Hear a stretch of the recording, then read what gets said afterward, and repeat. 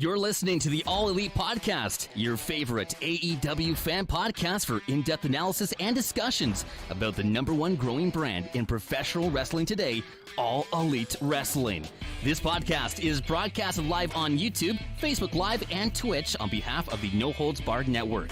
The network is your source for wrestling interviews and podcast content featuring independent wrestling and AEW. Also, make sure to hit that like button and subscribe to the channel. So sit back, relax, and interact in the live chat. Enjoy the show.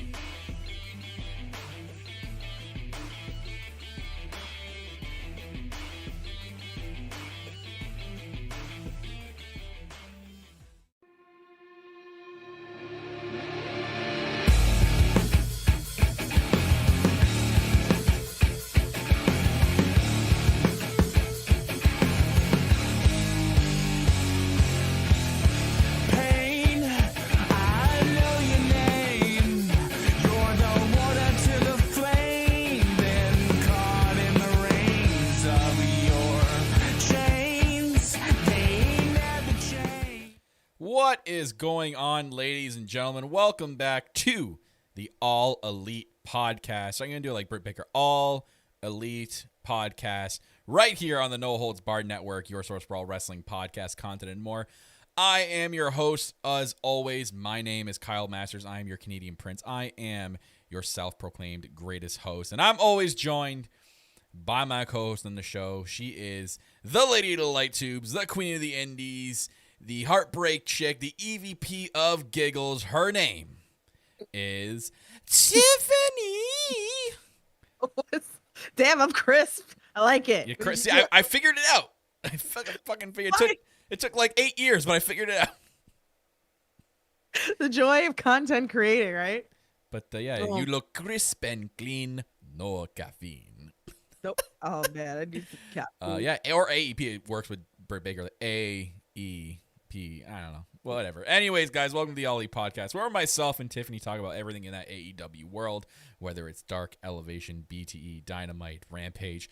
Everything is covered right here in the podcast. Welcome to the All Out review episode of the All Elite Podcast. We're going to cover after last night's I can't think of the proper adjective to give this show because it was seriously, right now, as of this moment, the best wrestling show I've ever seen in my entire life. From start to finish. And I know it was because this show was long. This show was like almost 5 hours long. And by the time it was ended, I thought only an hour went by.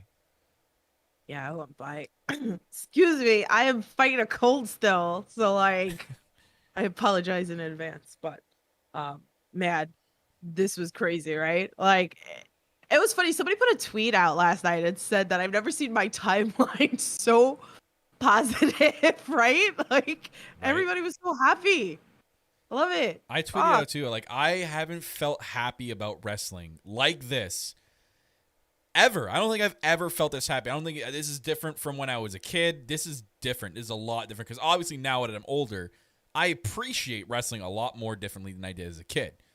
Yeah. Because, I'm an ultimate mark now. Back then, I was just like, oh, cool, The Undertaker. Anyways. I'm Mark. I can say it. I don't give a fuck. But anyways, like, I have much more of appreciation for it now. I've never felt this happy before. Never. This, like, last night knocked it out of the park. And I'm not even just talking about what happened at the end.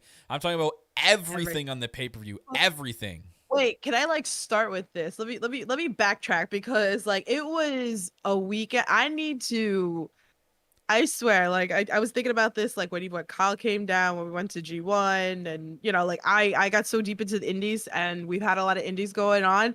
I'm not gonna go into all the deep word of the indie scene, but I do need to bring up the fact that Mox showed up on GCW with our boy G Raver. I love how they got Moxley into the ring. That G Raver came out and people were thinking that G Raver was going to come after Matt Cardona and then he comes with the Druids and then they're all dressed up and I was like, Mox has to be in one of these. And then they all scatter except one. Bam! Paradigm shift. And then he reveals himself. And then bam, paradigm shift on the freaking light tubes. And now, your favorite. Yes, my tubes, but he is now the GCW champion. This is insane. Oh my God. So we're getting crossover, that forbidden door, right, Kyle? That forbidden door. That's like crazy. Like, this is wrestling. This is the best time to be a wrestling fan.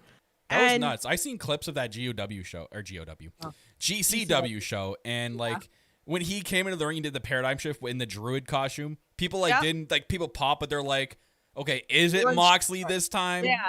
Like, they were hesitant, and then when he finally took his head off, people just went like, lost their epic minds, and he won the belt, and then the stare down with Nick Gage. Now that's booked for October. I'm like, oh my God, they're really just like, all right, let's do it. Let's AEW and like the crossovers, even just the company itself this weekend. Like, okay, guys, this is the weekend. Load the cannons, fire each one. They literally fired each one this weekend. And then the fact that like Moxley came in with the fact of wearing a GCW hoodie, which is now on sale on the GCW merch site. I need to get one of those. I'm probably gonna wait till like the New York show. But I need that. But that was so cool because somebody told me that Moxley was the one that actually called Brett and said, "Give me a GCW hoodie." Really? That he was gonna walk in, into AEW wearing. You don't see that happening in any other company. Confirmed, because that I got an exclusive for. So I love that. I love that the AEW wrestlers have the freedom to wear what they want. Like, look at Eddie Kingston. The guy comes out with DMX clothing like every single week because he loves DMX. And Tony Khan's like, cool, man. Do what you gotta do. Get out there and wear it. It's not like, oh, you can't wear that because you gotta sell the merch. Wear the merch and sell it. So no, not that's here. Crazy. Like it's and then on top of that, like I saw Brett Lauderdale in the crowd of AEW yesterday. We saw our boy Marcus Matter, who's been on the fucking network so many times. You guys seen him. He's a freaking star, and like he's just the up and coming talent of like, the indies that you never know where you're gonna see him next. So it's so cool to actually see that in the arena as well. But yeah, I saw that AJ was complaining that Mox stole his hoodie, but that's not the actual story. Ant in the chat. So My buddy you Ant in know, the chat. AJ Gray, he likes to AJ Gray. My buddy Ant in the chat. I want to wear you, Kyle. Well, you can't wear me because that physically is impossible. I know how much you want to wear me, but you can wear our merch. We got a merch store here in the Noah's Bar Network. A new shirt today. Brand new shirt. It's podcasting time, baby. Adam Cole inspired. Now live on the merch store. We have a lot of cool merch on there, guys. So go check out the No Holds Bar Network merch store. Link is in the description below on YouTube. But yeah, I mean, it was great. Even like great pre-weekend to All Out. Like you said, the GCW thing. The Rampage was cool. The fan fest that were going on. I love seeing all the photos of all our friends out there that got to do like a bunch of meet and greets. That made me miss. That made me miss when we were at Starcast for a full year, honestly. Yeah, I was getting tagged myself. Like me and Maria were like sad because like our other crew was like, "We wish you were here. Are you here, Tiff? Are you here?" Like messages that I was getting were like, "No, I'm not here this year." Sorry. So and who did the Manscaped commercial for us? That's him in the chat here. Yeah. Game Event Gaming. And check him out too. Twitch.tv/Game Event. Cool stuff there. He did the Manscaped first commercial. He said, "But for our merch, dude." Yeah. That'd be fantastic, but I'm not telling you to do it. But if you want to do it. Well, me and Kyle are working on hit us something up. in October, But, yeah. which I told Kyle to talk to you, which we'll talk about later. Anywho, Rihu. Yes. Great weekend. Great weekend, even leading up to it. Like you said, the fan fest and everything. And the event itself, holy crap. Okay, let's just talk about it. I said it in the beginning of the show. Like, honestly, the best wrestling show I've ever seen from start to finish. It flowed well. It's like they perfectly. We've had this kind of gripe with AEW pay-per-views before, and even like regular Dynamites, where they don't really order the shows. Like they could have ordered the show differently. Like this match could have been the main event, or this match could have been placed here. This pay-per-view was structured perfectly, literally perfectly from start to finish. There was not a match out of place here. Every match was in like its perfect slot, and the pay-per-view flowed very nicely. They even put the Paul White match as the cool-down match. I was like, they freaking did it. I was scared that was either going to be like second or third match or like middle of the card match. No. They used this to a proper cool-down match, bathroom break, yawn fest, nothing big happened. Great. Perfect. Thank you. Thank you for that. Everyone needed that because everyone needed a cool down from the CM Punk match because everyone was hype as all hell. So, perfect way to do that to get hype for the main event. And look what happened after the main event. We got like the most epic thing in the history. I didn't like, everyone was wondering going into this pay-per-view, Tiff. Okay, who's going to debut? Is it going to be Daniel Bryan or is it going to be Adam Cole? Because the Adam Cole recent rumors. Are they going to do Adam Cole here and Daniel Bryan, Arthur Ashe? Are they going to do Daniel Bryan here and Adam Cole, Arthur Ashe? How are they going to do this? What do? They're like, nah, fam. We'll pull out 2 revolvers and we're going to shoot both of them in the same night, 10 minutes apart. I know. That was absolutely crazy. Like, it's like, Merry Christmas, guys. Here you go. Here's some presents. Take some more. Here's another present. You deserve it. Like I hope that it doesn't take away for our Dynamite this week. Like, do you think that we're gonna feel that? I think everyone's gonna be tuning more into Dynamite now. Yeah. I don't know. Somebody like with Dynamite. So and these signings were fucking amazing. Like, these are the best signings they could have ever done. Yeah. These are insane. The whole Adam Cole the Elite thing makes sort of makes sense. I hope they kind of bring. I've seen some fan theories already that Adam Cole is going to try to take the Elite away from Kenny Omega because of the history there. We saw Daniel Bryan say, like, I'm not here to put. This was funny. He's like, I'm not here to put anyone over. I'm here to kick the young guys straight in their ass or straight heads down their ass or something like that. I'm like, cool, that's fine. That's also fine because Daniel Bryan's in like the prime of his career and he's going to come in here and have fucking stellar matches with every young talent on the roster. Yeah. Because he's going to be in the, I don't know. As far as I know, as of this weekend now, he doesn't plan on going to New Japan anytime soon because of the whole COVID thing. He wants to stay here until that's all cleared up. So I don't know if he's going to be in the G1. I know he wants to do the G1 like very badly. And if it gets cleared, then he's going to go do the G1, which is going to be amazing. So for now, he says, I'm here. And he's AEW like full gear, pun intended. Like Brad's talking about, he came out of the heel tunnel. Why did people think that he was going to be face? I think people were so excited. People didn't know what was going on. Like I think because like I did the same thing, right? I was like, oh fuck, like he just swerved the shit out of us, right? But then it's like when you go back and you rewatch, when you're in that moment, right? Like you don't even like think about these things. And that was one thing that I didn't even think about. I was like, oh shit, he really did come out of the heel tunnel. Like after, especially like rewatching it. After the fact, I caught it, but like initial watch, people are like, holy shit, it's Adam Cole. Like. Half people thought like, oh shit, they actually like, he left like NXT like 2 weeks ago and now he's here already. So like it was insane. That like the pop was incredible. Even like the pop of him joining, like there were boos, but like people were like, okay, this is fucking awesome. Like he's gonna be part of the Elite again. We're gonna get the best BT stuff. Like today's BT was fantastic. Like it's just gonna be amazing. And then literally like Kenny's like does her goodbye thing. And I'm waiting for it, and all of a sudden we hear the Lord of the Valkyries theme, and that's a banger! Bryan Danielson's theme is like fire! Holy shit! Yo, we talk about it's not even done by Ruckus. This is like, it's called Born for Greatness. Like someone does it. I went and YouTubed it. You have to listen to it. Anthony made Game Event there in the chat. He made it. He made me rewatch and listen. There's chance we couldn't hear it because the crowd was obviously going apeshit. Yeah. But if you listen to the song on YouTube right now, there's chance in the song saying that gonna kick your fucking face in. It says that in the song. Oh my God. Like, and it's a banger. It's so good. And the one that Ruckus did for Adam Cole is also a banger. Oh my God, that one was so good. Oh. So good. Ruckus. Can we talk about his performance? Bro, that caught me straight off guard. Jesus. I was like, wait a minute, who is? I was like, oh my God. They I was let like, him how perform. easy is this? Good for him. He deserves it. All the hard work that he's done, he 100% deserves. I wasn't even listening to the song. I was just so humbled that he got to perform live. Oh, it was so great. God, man. Like he was amped. You see, he was like going into it. He was vibing the whole time, and he was going absolutely nuts. Like Chicago! Like he was going absolutely crazy. Yeah, it was a lot last night. It was oof. Yeah, that's the chant right there. Ant put in the chat there. You're gonna get your fucking head kicked in. That says that in the song. Like insane. Oh man, AEW was just transcended again. So good, right? Like, oh my God, I love seeing like people were tweeting today, like, I'm gonna rewatch this. Like, oh, I'm starting the first hour of this again. Like, yeah, I saw tweets people saying I'm bought the pay-per-view today. People like bought it that missed it yesterday. Like the buys for this pay-per-view are going to be the best of all time for AEW, and I think it's going to shatter records. I honestly think it's going to shatter records. Hope so.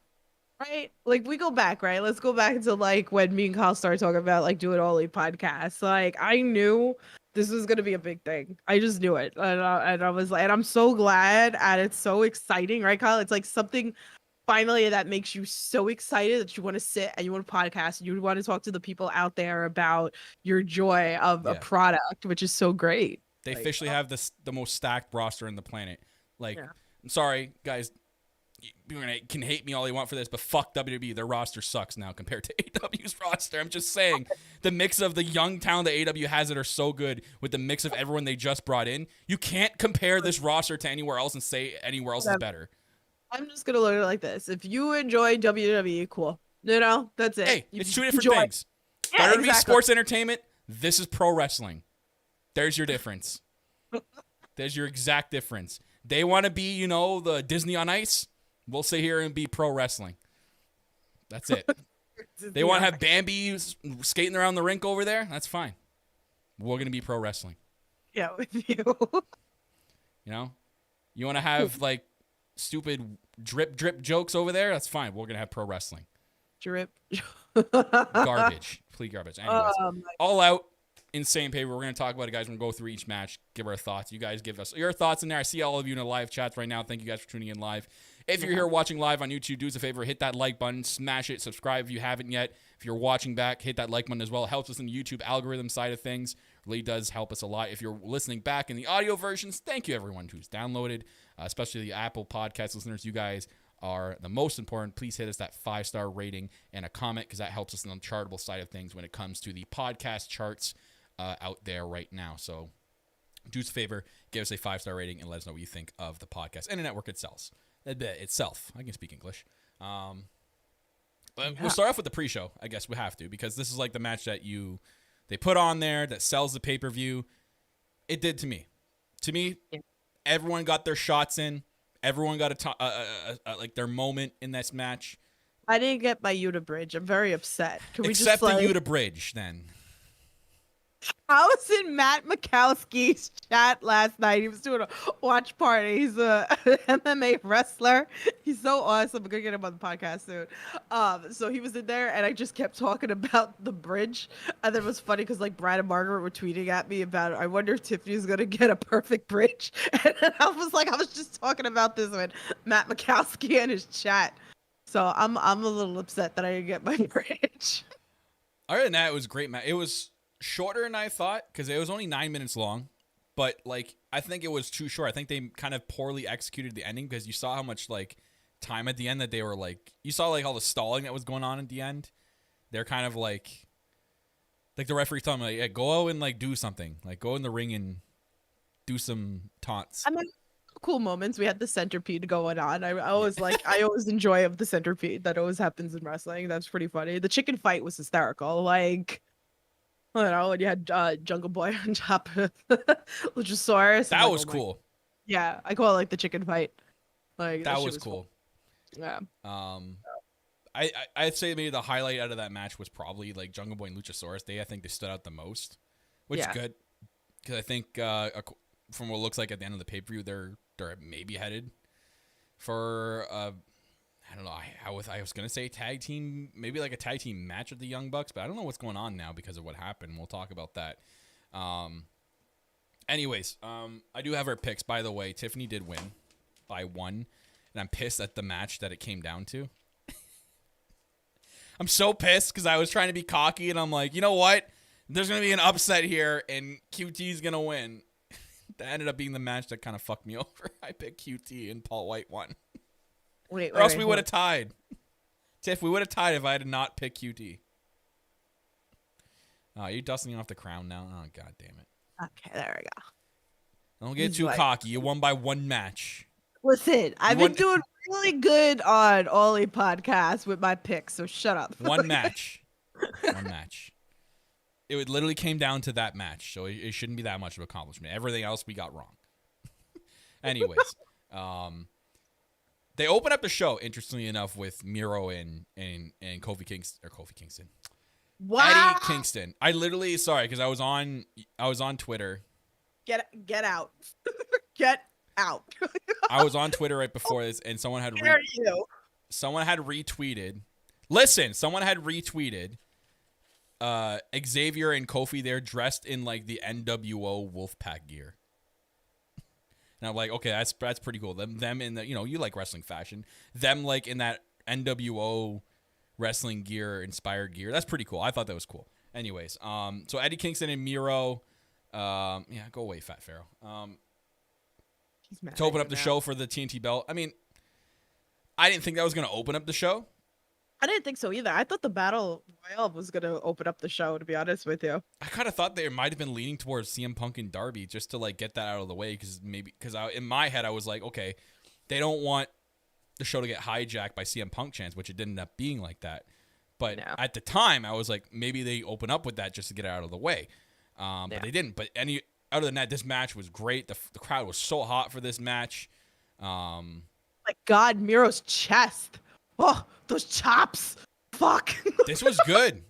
This was very, very good. And this better continue this feud. That's all I'm going to say is this better continue to Queens. Poor Bryce Rensburg. I think this is leaning towards a rematch because of the end of the match. Because Bryce Rensburg basically screwed Eddie Kingston without meaning to screw Eddie Kingston. Yeah. So something's going to happen here with this. They're going to have a rematch. And I'm pretty sure now Eddie Kingston's probably going to win it in New York. Yeah. So it has to be. You got to give us something in New York. Like now, obviously, because of, I really thought we were going to get Young Bucks. And the reaction he got here, I'm like, oh my God. Like when he goes to New York, it's going to be like 10 times this. So welcome home. Welcome home. Welcome home. Can I just say too, Bryce is the perfect referee because he reacts to the crowd chants all the time. So like, he was like, there's like, that was 3, and he's looking at the crowd going, 2, that was 2. And like he gets in the way of Eddie trying to throw Miro into the exposed turnbuckle, and I'm like, oh my God, this is just too perfect. They perfectly booked this match. That was great. And Miro retains. Obviously, we think it's going towards New York at Arthur Ashe for a TNT rematch, and Eddie wins there would be insane. The pop for that is going to be incredible if that does happen. We'll see. They didn't follow this with Moxley and Kojima. This was a straight up Japanese strong style match. Straight up Japanese strong style match. They just beat the fuck out of each other in strikes. From start to finish, it was a strike fest. There were some wrestling moves in between, but this was a strike fest. Both their chests were red too after this. But the big story here is what happened after the match. Because I'm sitting there going, is it going to be Jay White? Is Tanahashi here instead? And he's just going to have a stare down. Murder Grandpa! But out of everyone, I'm like, oh my God. Suzuki. I'm like, you got to be kidding me. And they had the theme too. And I'm like, oh my, what the fuck? And he comes out, and I love when the crowd sings. And Mox's face was everything, right? Oh, yeah. Like he's like he was hard. He was fighting. He was fighting not to smile. He was fighting hard not to be like over the moon happy. Yeah, it was so cool. And their little like spat, and then Suzuki getting the hand over Moxley. I'm like, oh. And then now this match is happening on Wednesday. I'm gonna see in him Cincinnati. Live. I can't wait. That's gonna be the main event. I love that he's doing his little tour here in the States going on. So I'm gonna see him in a couple of weeks. So hopefully I can go get a picture with him. So that's gonna be really, really exciting. But oh my God, this was so good, Kyle. That's gonna be main event. That's gonna be main event Dynamite on Wednesday. I can't wait for that. I cannot wait for that match. That's a dream match right there. That's literally a AEW New Japan Supercard match we're getting on Dynamite TV. Yeah, it was good. Oof, they just like giving it away, man. Like, oof. I think you kind of have to now because we don't know what the world's gonna be like, and I don't know what you got to think like eventually they are gonna do a Japan AEW Supercard. It's gonna happen at some point. They're working together clearly. Like Kojima and then Suzuki appeared in the same damn match and then got over. Like Suzuki, I mean, I know Kojima like lost the match, but they put him like Moxley put him over big time. And then you have Suzuki coming out and getting the hand over Moxley. You got to think that, because the relationship is so good there, a super show has to be coming at some point. I mean, you and me been talking about this for a while, and we'd love to see it.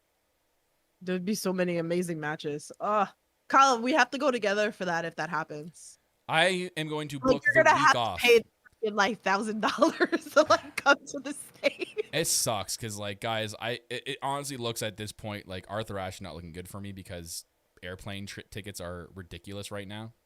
They're honestly like arm and a leg. We're gonna start a GoFundMe for Kyle. Literally, I tried, Tiffany. I did the checkout today. I went to check out and seen what the final price was. It was close to $600 Canadian. You're looking on fucking Labor Day too. You're not supposed to look at. It's the same. It hasn't changed. I've been looking for 2 weeks. It literally's been the same price for 2 weeks. Every day I check. Tiff, I check every single day. It does not change. Every day. The pandemic that like screwed everything up because everything like went up. Everything. And to put it guys in perspective, when I went to see Tiffany a couple years ago in New York, it only cost me $180 there and back. Yeah. This now costs me almost $500 to $600. What's worse is Kylie's literally only like a 45-minute flight to me. That's what makes it worse. And it would be better 45 minutes. if I could drive over the border. Drove to me, it'd be like freaking 11 hours. And I cannot drive because they can't let me over the border. Or else I'd be driving to Buffalo and flying from Buffalo to New York, which literally cost me $180 currently right now if I went to pay for a ticket. It's not 4 hours. It's like 11 hours. I drove up to Niagara Falls before, and it's like 11, 12 hours. Yeah. No. And also drives like 300 over the speed limit, so that's probably why. I actually don't know how he drives. I don't know how he drives. Your car as a cop car or whatever. Let me over. I got some important COVID U.S. business. I'm from the South. Can't you hear my accent? I'm not from here. I'm from Texas. I need to get back to my country. Woohoo, barbecue. They're like, all right, go along, sir. Get back. The shit podcast. God, this podcast is already in the shit. This is the last episode, guys. 154. We're heading it here. Hey, congratulations! It's our 154th episode. Yeah. Anyways, let's move on. So they went with Britt Baker with Jamie Hayter and Rebel versus Chris Statler and Orange Cassidy next for the AEW Women's World Championship.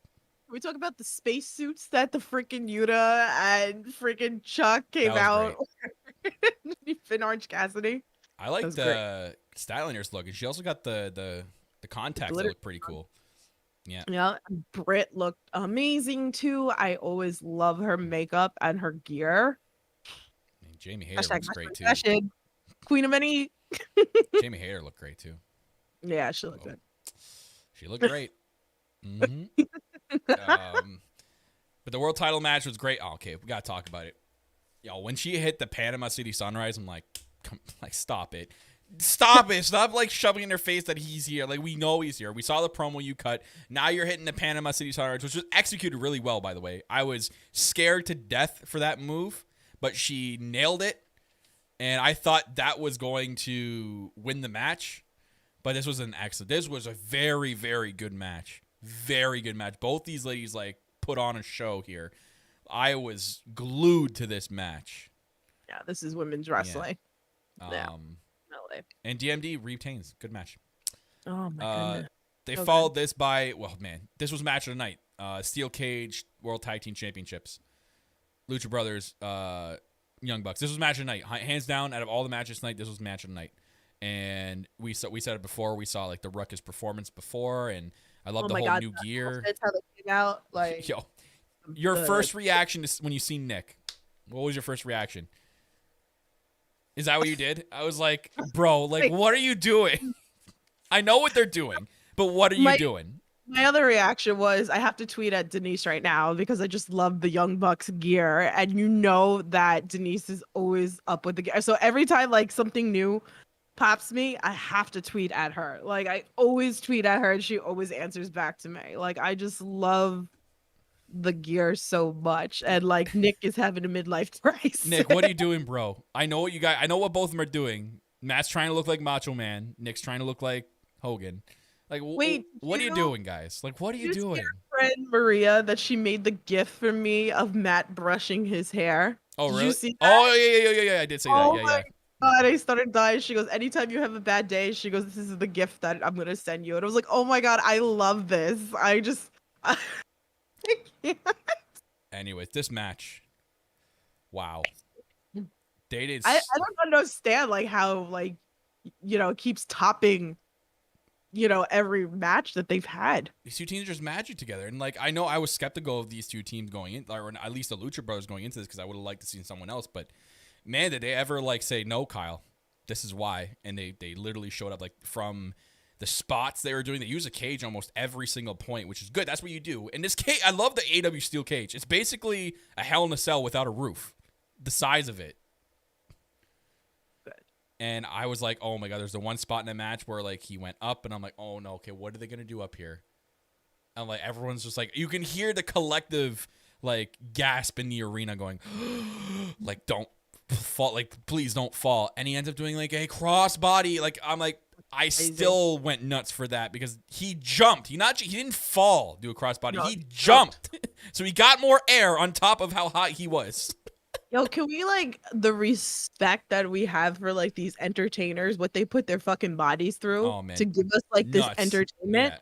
Like, it's like sky's the limit when it comes to these two. Like, you can't, like, this is something that me and Kyle cannot sit here and take notes about this match at all every time we do like a podcast. This is like sit on edge of the sofa. This is my notes, just our pay-per-view picks. That's my notes for today. Yeah. So, oh my God, this was good. And can we talk about Brandon Cutler throwing in the bag of the shoes with the thumbtacks on the bottom of it? Like a $5,000 shoe. Yes, that they talked about on BTE that today. They glued thumbtacks to. Oh man, they just find ways to get more innovative, and then the Lucha Brothers fucking win, and I'm like, oh, I'm like, how did I not see this? I'm like, how did I not see this? Why this made sense? It made so much sense because Pac's not there. Pac had travel issues, and they won the titles without Pac. I'm like, how did I not see this? Yeah, but it made sense too, because like this is the never-ending feud, right? This is the two teams that could forever fight and always like top the last match. And when you think about it, 2 years ago they wrestled in the ladder match and the Young Bucks won. No, they didn't. So Lucha Brothers won that. Did they? Yeah, Lucha Brothers have now beat them twice at All Out. God. That's why I did that. It had nothing to do with their history. This now makes sense because Pac has quote-unquote travel issues because this guy's already back on Friday. He didn't have travel issues. Come on. This is storyline. They made them win so that so now Andrade can be like, look, y'all won without needing Pac. Come bring those titles to my brand, and we're going to, sky's the limit.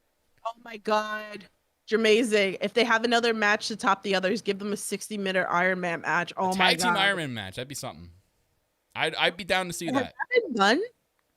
Yeah. Has that been done? I don't think so. If anyone knows, someone's got my encyclopedias, let me know. Like, we either have Brad in there, who's basically Tony Khan. Do you know Brad? Brad, or where's my boy Ryan? Because Ryan's pretty good at this. He's my encyclopedia. Incredible match. Incredible. Oh my God. And the Lucha Brothers were, man, he was crying. Penta was crying, and like he went to hug all his kids at ringside.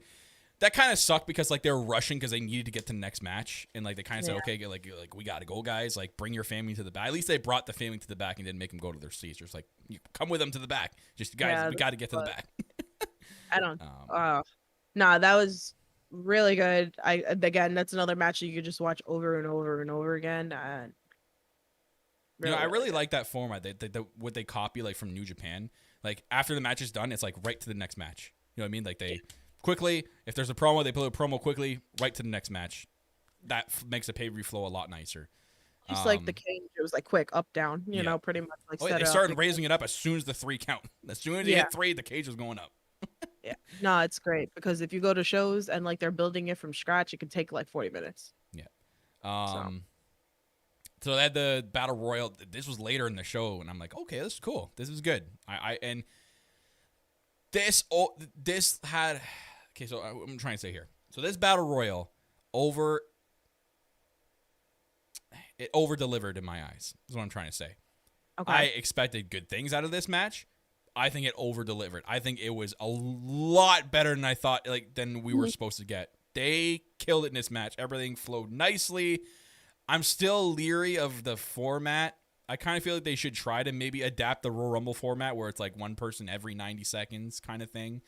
Not like they keep doing the entrances thing, and it was just like it kind of took away from like they come in. This is what I mean, Tiff. So they make their entrance, and like they're trying to have this big spot in the ring, like their first spot, right. But no one's paying attention because the other entrance is happening, and it's hard to watch the other entrance and cheer for them while they're doing their first big spot in the match. Because whenever they come into the ring first, there's always this big spot to start the battle royal. I kind of think they trying to because like they run in, do their spot, and the camera's going like back and forth, and then like okay, like this is hard.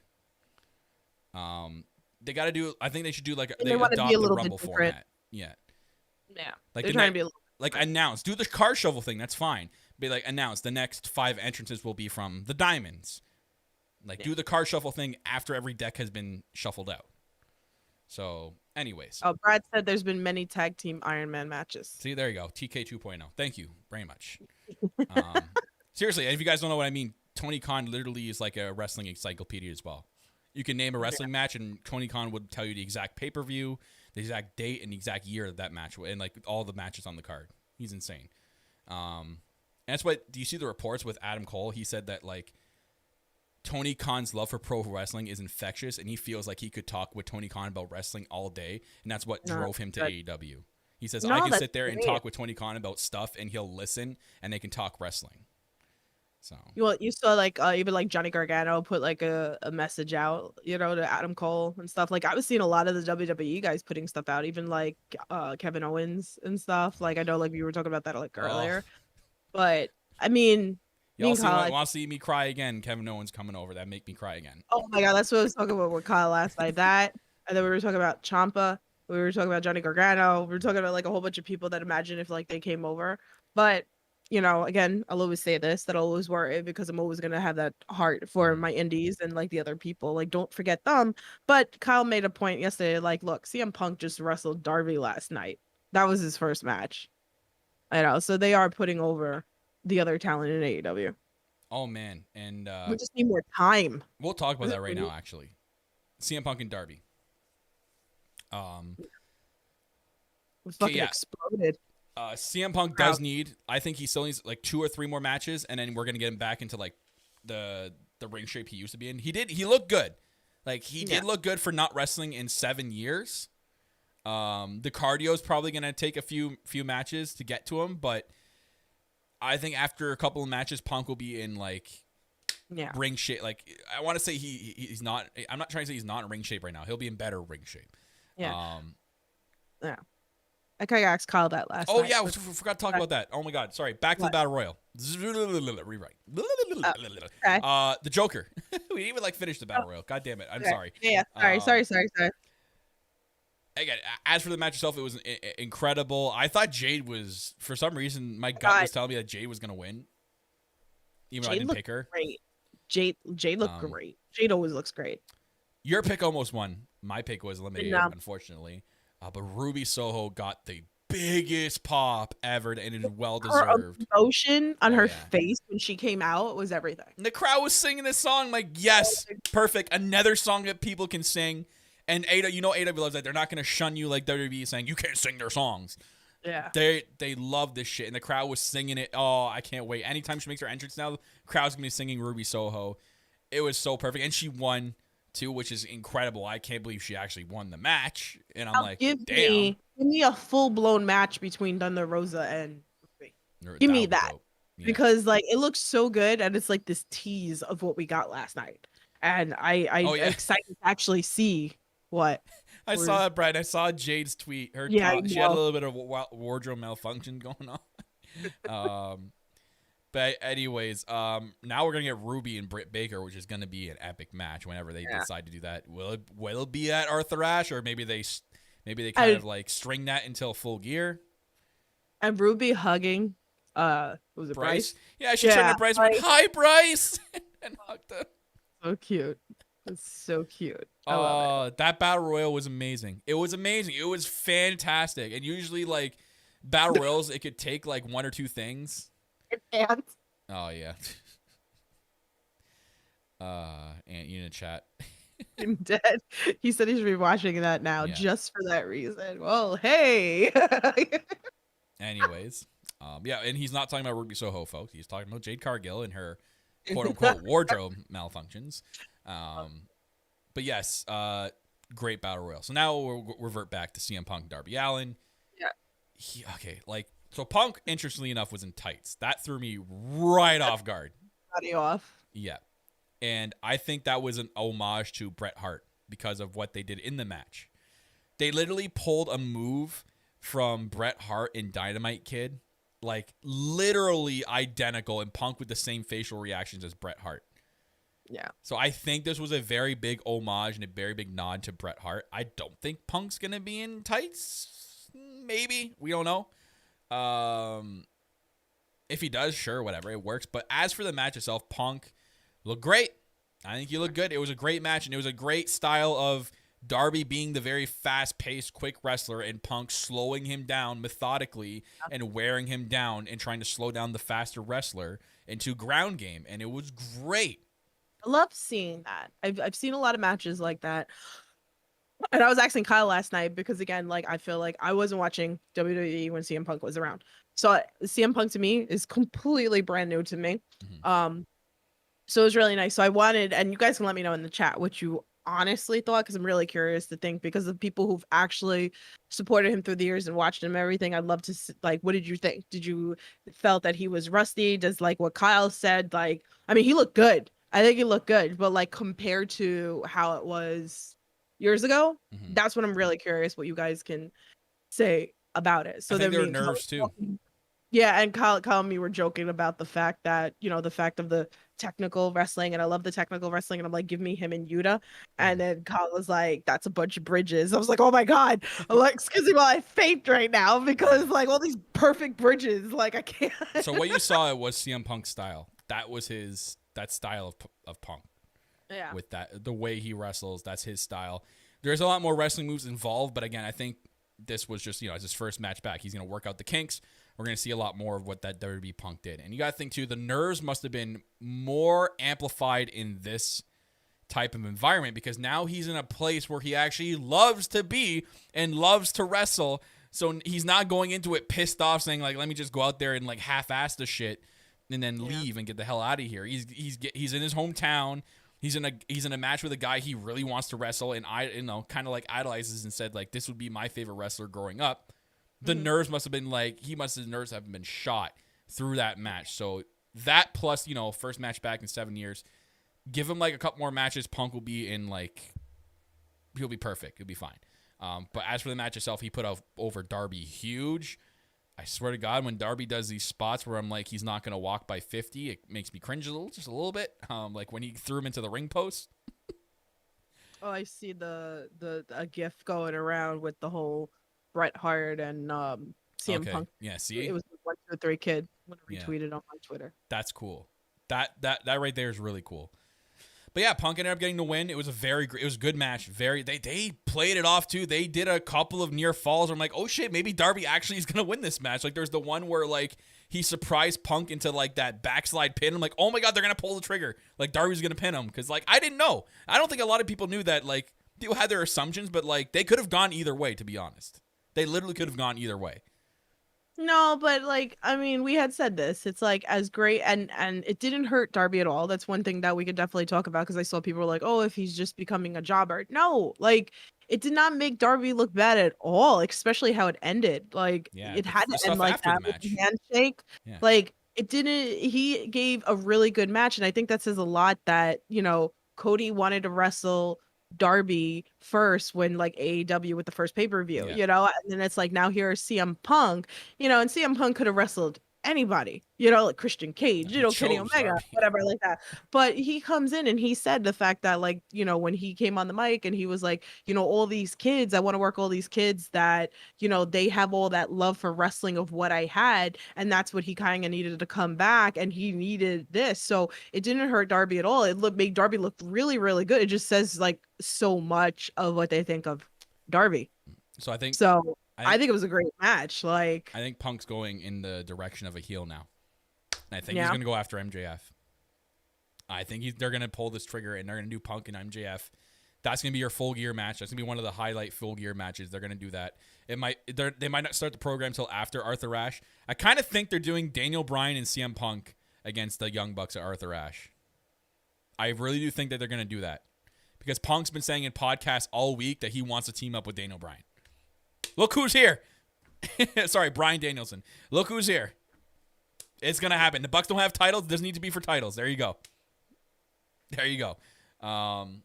Anyways. And then that's the thing with Sting after. Yeah, that wasn't scripted apparently. Like Punk had no idea that was happening. No, that's really that was cool. all Sting 100%. Meaning everything he did, going to him and shaking his hand like IRL, like saying like, props to you, man. Like, that's just a cool moment. Such a cool moment. But anyways, move on. Speaking of MJF, he did face Chris Jericho. It was if Jericho lost, he would. There was misconceptions here. Is either he retired or didn't wrestle in AEW ever again. Had people saying that he could go to Impact. I'm like, Jericho's not going to Impact ever. No. Unless he's doing commentary over there. That'd be the only way he'd be going to Impact. But yes, this match, I thought it was great. Jericho ended up winning, which I gotta be honest with you, I was a little off on this match for a little bit. Like, I was like, okay, we just saw this, but then it got interesting. I felt like once like it like picked up, right? I mean, I don't know if anybody else felt like that. I mean, I'm not saying it was a bad match. I just felt like something was off for me in the beginning, and then I was like, now it's getting interesting. So like, yeah, Warlow come out. So for me, I was watching. I'm like, to me, I was studying Chris Jericho the whole time because I wanted to know, I'm like, hey, if this could be his last match or if this could not be his last match. If it's not his last match, I want to study and see what he's got in the tank. So he ends up winning, so this is not his last match. So I'm sitting there going, okay, like, what else does Jericho actually have to do here? And if he's not going to be leading the Inner Circle and just being the leader of the Inner Circle, he really doesn't need to do much here in AEW. Yeah, no. Like, he unless he's going to put over some, like, a young talent really over and have, like, a program with one of them, he really doesn't need to be here. Like, he got AEW off the ground and running. He got them off their feet. He was a great world champion. He put over the Inner Circle huge, got that over. He did everything with MJF. Okay, you've done what you needed to do, right? You're a legend. You're outright. I'm fine that you're still here, but you know what I mean? Like, if he did end up losing this match, I would have been upset. He has accomplished so much in his entire career that if he lost, I would have been okay with it. But if he got, he got his win, and it's like, it'd be okay if he even just appears for his little tour and everything like that too. How cool is that with that entrance with Fozzy? Like, guitars playing. Okay. Judas at the Two things. Yeah. One, MJF's entrance was a lot better because he trolled the hell out of everyone because everyone thought he was doing the 99 comeback thing. Two, the feedback in that guitar was horrible. I don't know what was happening there.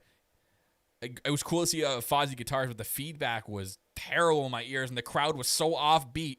They were like, it was going into like the chorus, and they were still singing like the beginning of the song. I'm like, no, guys, you're missing it. Swing and a miss. Anyways, the entrances were cool still, but the whole thing was awesome. The false finish, that was awesome. I love when Jericho took the sign that said, "Hey, buddies." Yeah, the "Hey, buddies" sign. Yeah. I love that Jericho is so like playful in the crowd of everything. Even the fact of like grabbing cameras, like I love Jericho. Like, I can't.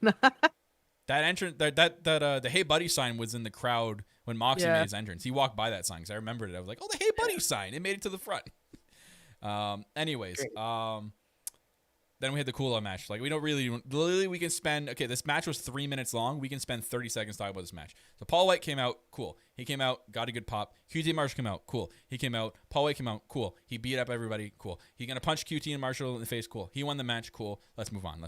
That's all we're gonna talk about. We don't need to. I pick QT. You pick Paul White. I was wrong. You won that pick. You won the picks because of that match. Great. Now let's move on. We don't need to spend any more time on that match. That's it. It was exactly that. That's as long as it went was perfect. Yeah. Like that's all. That's all. Matt Mikowski, he goes, what he was saying like before the show started, he was like, okay, what do you think about this match? He goes, run it down for me. He goes, go in the chat. Tiffany, we don't need to talk about this match anymore. No. I was just going to say that I said Tiffany, we don't need to talk about this match anymore. I was going to go to the bathroom. Oh, the bathroom. Yes. We can talk about that. That would be a lot more interesting. What color were the lights in your bathroom? Did you have a nice wallpaper? Did you have like that like granite floor kind of floor? Do you have like matching cabinets? What's your shower curtain like? Is it like a shower curtain? Do you got one of those like sliding door thingamajigs?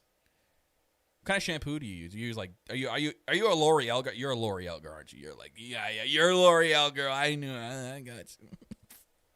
Tiffany's a L'Oreal girl if anyone wants to know. And the Twitter creepers are like, oh, L'Oreal.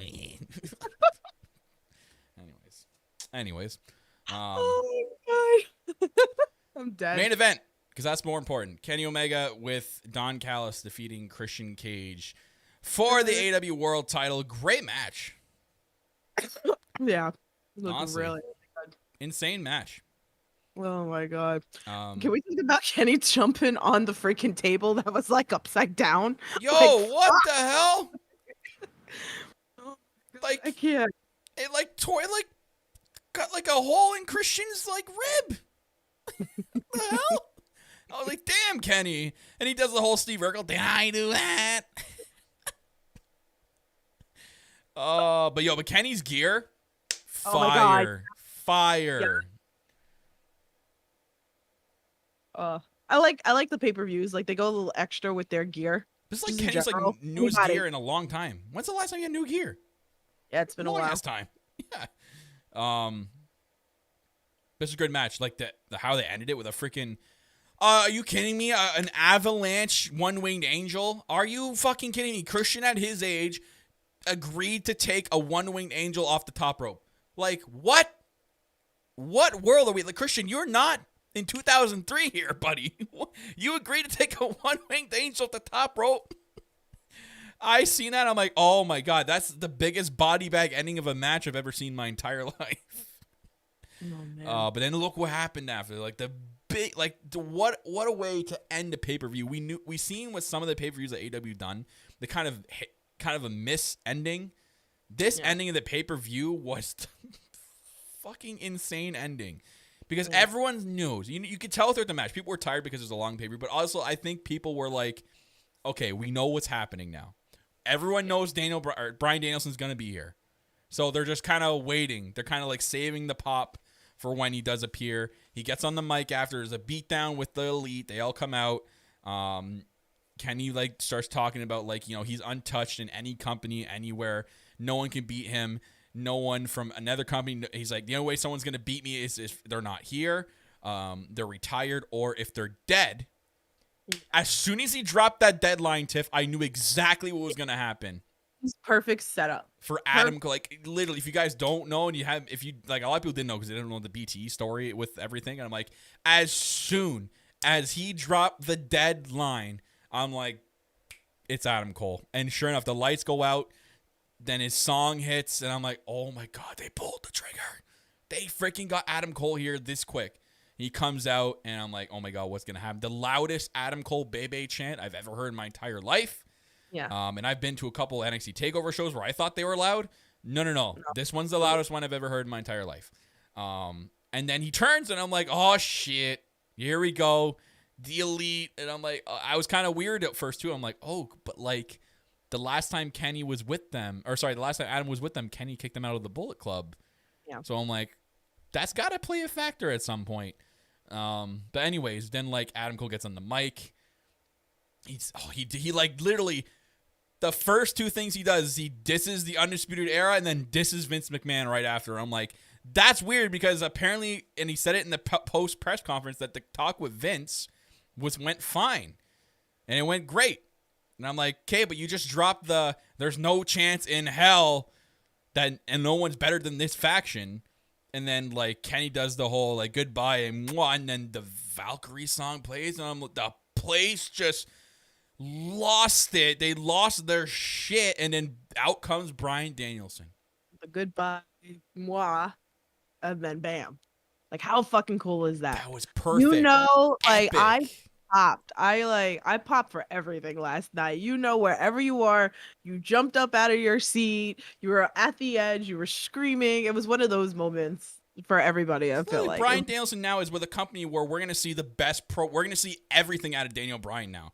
We're not getting anything held back. We are gonna get one of the best pro wrestlers on the planet, guys, in matches where they're like, where Tony will be like, "Hey, whatever you want to do, go out there and do it. Don't be like none of this like, oh no, you're gonna held back. We gotta put this man over next week." No, not happening here. Not happening here. Where the American Dragon return. The shirt, the American Dragon popped me the hell out.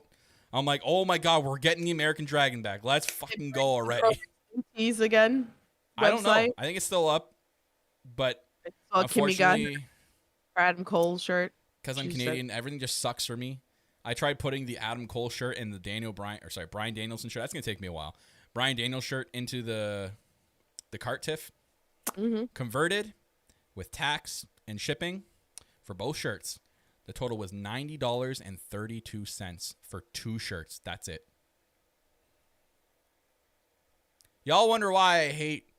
That's like, I don't hate living up here. I'm just saying this is what sucks being a wrestling fan up here. You overpay for shit. It's like better off sending it to me and, drive up to the falls and you throw it over the border, whip it across Niagara Falls. Hey, I'll frisbee it to you. Yeah, there you go. Did you see on BTE? Like, I was looking for that. I was looking for, I love the raw reactions, and that you see Adam Cole like waiting in the tunnel. Oh man. Go up, and Bryan Danielson, like whatever, same thing. Yeah. You see like Britt Baker and Mrs. Mad, and it's like even like Matt and Nick like hugging at him, like we missed you. You hear them? They're like, it's so good to be back. Like, and I'm like, oh, I love everything about this. I love everything about this. And there was that little thing after the press conference. It was taped by Busted Open Radio. They did this like little thing where like Bryan Danielson and Adam Cole like cross paths, and like Leva Bates had to like separate them. And I'm like, no. Are we getting Adam Cole and Bryan Danielson in the first feud in a match? Yeah, if that's a Dynamite match, like I tweeted this out last night. I'm like, I don't have enough line paper right now to write down the fantasy matches with everyone that just signed with everyone on the current AEW roster. I do not have enough line paper. Yeah. Insane. What a way to end the pay-per-view. And do you see what he said after? Like, do you see that promo video of Daniel Bryan talking to the crowd after? What did he say? I saw like a little clip, but like he said he dropped a line which was hilarious. He's like, I know this is gonna get boos, but like I loved where I used to work at, and the whole crowd's like, boo. Oh God. And the last line he says that popped the crowd. He's like, but I'm here, so AEW, and he swore. Bryan Danielson's like, let's fucking go, and the whole crowd lost their shit. I've never heard Bryan Danielson ever swear once in my life. That was the first time I ever heard him swear. Wow. I never thought someone swearing would pop me, but that popped me. That big popski for Bryan Danielson there. Big popski. But I also like the seance that they did on the BET. The BETE show. Sorry, like my throat is starting to go again. It's like last night on Bet. Still fighting this cough. Sorry. Being every. Yeah. How would that be sound? BET. That would be being elite. The elite or being. Yeah. Or like them bringing him back from the dead. Oh my God. The seance. Yeah. The seance thing. He appears. Why do I taste like? Why do I taste monster? I can't. It was such a great weekend. Insane show. Literally Oh, insane show. jeez. I'm excited. I'm ready for Wednesday. I'm Yeah. ready for Friday. Just waiting for the rest of the year with this company, man. Everything, like with the rumors of Yeah, with so Tunda much. coming in, like it's either they've split the Dark Order up for Bray Wyatt, aka Rotunda, whatever he's going to be named, to come in and be some sort of leader for half the Dark Order, or he's going to be brought in to bring them back together. Because if we saw on the was it the Dark or Elevation before All Out, there's that separation between Stu Grayson, Evil Uno, and was it Five and John Silver and all them. So there's that big separation right now between the Dark Order. Dark Order is not fine. Right. So something needs to either bring them back together, whether it's Hangman, because I think Hangman's going to come back soon, or are they setting up for Bray Wyatt to come in and be this like dark monster leader, and the Dark Order is going to take a very dark twist and become like a Dark Order? You know what I mean? Like right now they're a Dark Order, but they're the funny Dark Order, like the haha, yeah, I love them kind of Dark Order. They're not dark. They're not getting people to join their cult or anything anymore.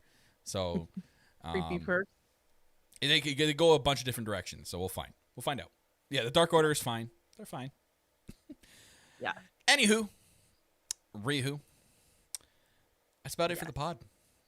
It's a great review. Yep. Great show. We got that in an hour? There's no way. Insane. I'm surprised. I thought we were gonna go longer. We talked about what we really need to talk about, really, right?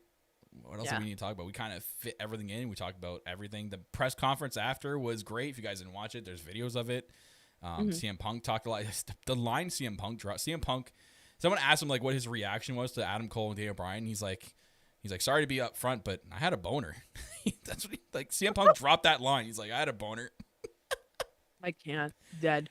And did you see? There's the clip. Someone zoomed in on the tunnel when Bryan Danielson walked back into the tunnel after the show was over. CM Punk was waiting in the tunnel for him, and they had a big hug. And I'm like, because CM Punk said it, he's like, if there's one person that's gonna bring him back to wrestling, it's Bryan Danielson.